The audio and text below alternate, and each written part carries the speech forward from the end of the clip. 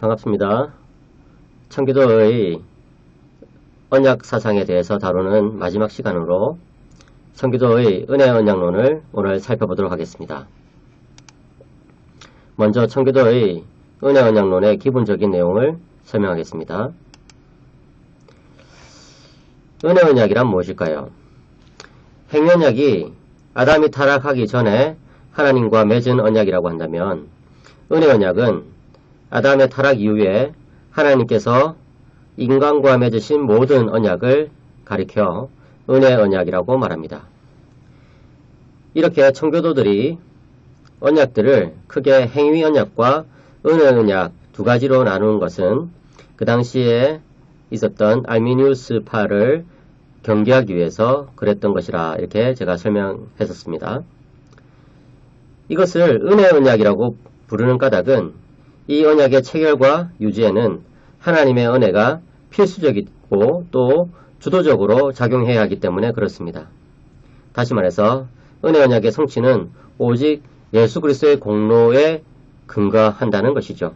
인간적인 공로가 들어갈 여지가 없다는 것입니다. 다시 말해서 구원을 이루는 데 있어서 신인 협력설이 아니라 신단독설, 쉽게 말해서 하나님만이 구원을 이루시는 그런 분이 되신다는 것을 강조하는 것입니다. 물론 중세의 여러 신학자들도 이런 것들을 강조한 적이 있습니다. 예를 들어서 토마스 아퀴나스 같은 경우에는 그리스도인이 구원을 얻는 데 있어서 오직 그리스도의 공로만이 작용한다 이렇게 이야기를 했죠. 그런데 문제는 그들의 교회론에 있어서는 그리스도의 공로 외에 인간적인 공로가 들어가도록 그렇게 형성되어 있는 것을 볼 수가 있습니다.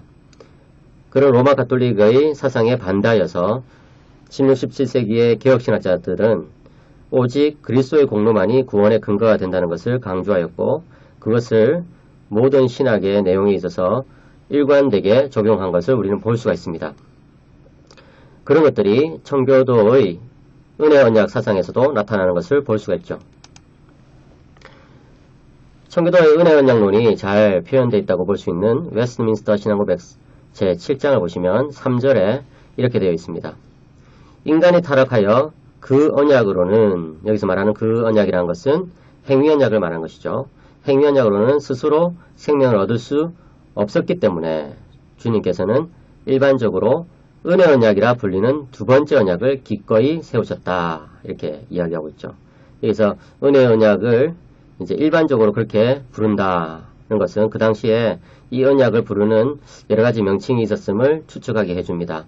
하지만 보통은 그 언약들을 은혜 언약이라 불렀던 것이죠.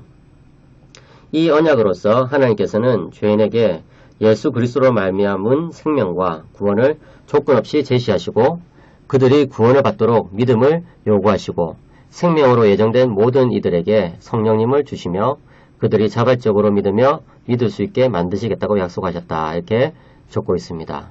여기서 특별히 하나님께서는 그리스도로 말미암는 그 구원을 이루시기 위해서 성령님을 주셨다 이렇게 이야기했는데, 이것은 구속 언약의 내용이 은혜 언약 속에서 구체적으로 실현되고 있음을 보여줍니다.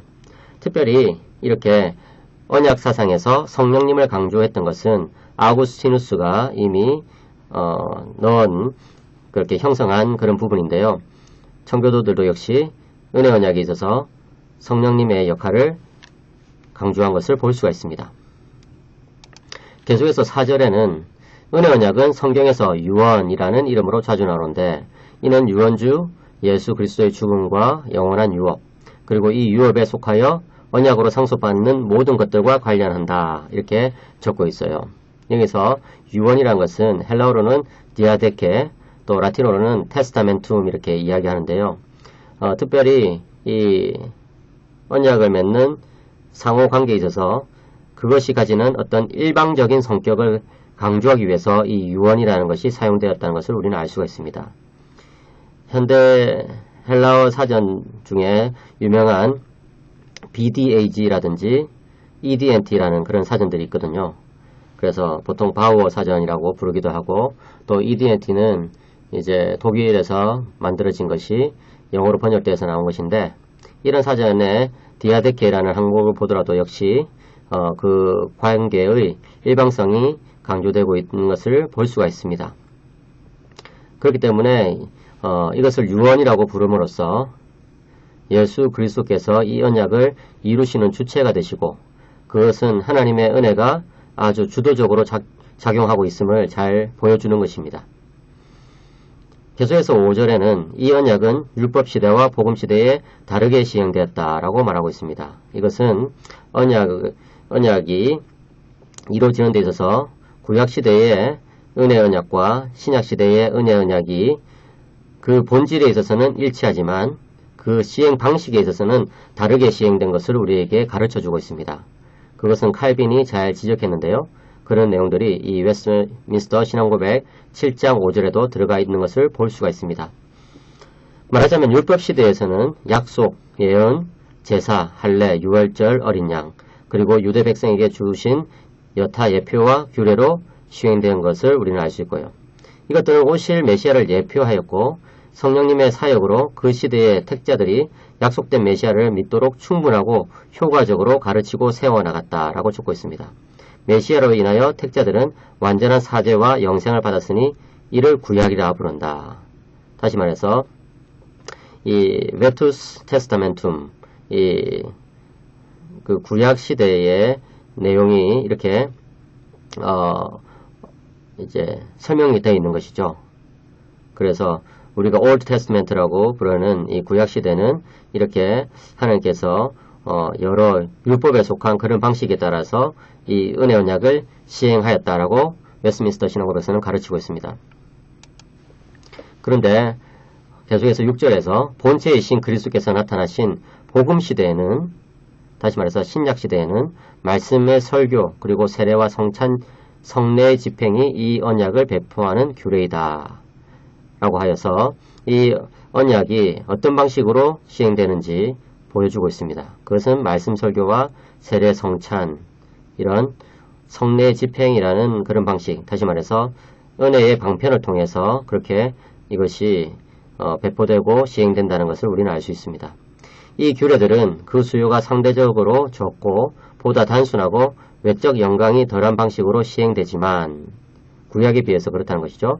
그 안에서 언약은 유대인이든 이방인이든 모든 민족에게 보다 풍성하며 증거가 분명하고 영적인 면에서도 효과적으로 제시되니 곧 신약이라고 부른다라고 적고 있습니다. 그래서 신약 시대에 맺어지는 이 새 언약, 은혜 언약의 특징은 외적으로 봤을 때는 구약과 비해서 아주 좀 단순해 보이지만 실제로 그 내용적인 면에서는 아주 풍성하고 특별히 유대인이든 이방인이든 모든 민족에게 이 언약이 이제 허락된다는 것을 강조하고 있습니다. 그러니 본체가 다른 두 은혜 언약이 아니라 배포만이 다른 동일한 하나의 언약만이 있다라고 이렇게 결론 내리고 있죠. 그렇게 웨스트민스터 신앙고백서는 은혜 언약이 구약과 신약에 따라서 다른 그런 배포 방식 또는 시행 방식으로 이렇게 적용된다 할지라도 그 본질에 있어서는, 본체에 있어서는 하나의 통일된 그런 언약이 주어져 있다는 것을 가르치고 있습니다. 이런 내용들이 이제 청교도의 은혜 언약론의 기본적인 내용들이라고 할 수 있습니다. 그렇다면 성경에 나오는 은혜 언약들은 어떤 것이 있을까요? 성경에 나오는 여러 언약들이 있는데요. 그 중에서 7 언약이 특별히 중요하다고 할 수 있습니다. 그 언약들은 아담 언약, 노아 언약, 아브라함 언약, 모세 언약, 다윗 언약, 선지자 언약, 새 언약이라고 볼 수 있는데요. 이 언약들 사이에는 연속성과 불연속성이 모두 다 있는 것이죠.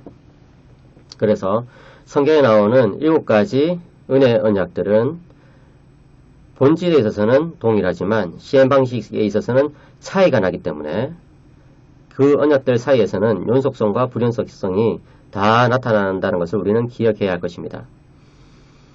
제가 앞서 말씀드린 것처럼 세대주의도 역시 성경을 여러 시대로 나눈다는 점에 있어서는 언약신학과 비슷한 형태를 가지죠. 하지만 세대주의 신학이 가지고 있는 큰 문제점은 연속성을 강조하지 않고 불연속성만 강조한다는 점입니다. 각 시대마다 가지고 있는 그런 특징들을 부각시킬 뿐이고 그 시대들이 가지고 있는 통일된 그런 흐름들을 보여주지 못한다는 것이죠. 그렇게 하여서 성경에 나타나는 언약의 단일성과 통일성을 파괴한다고 볼 수가 있습니다.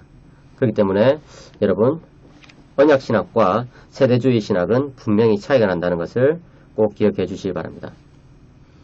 이제 우리는 성경에 나오는 언약들을 하나씩 살펴보겠습니다. 그 7가지 언약을 살펴볼 텐데요. 바로 이어지는 시간에는 아담 언약을 살펴보도록 하겠습니다.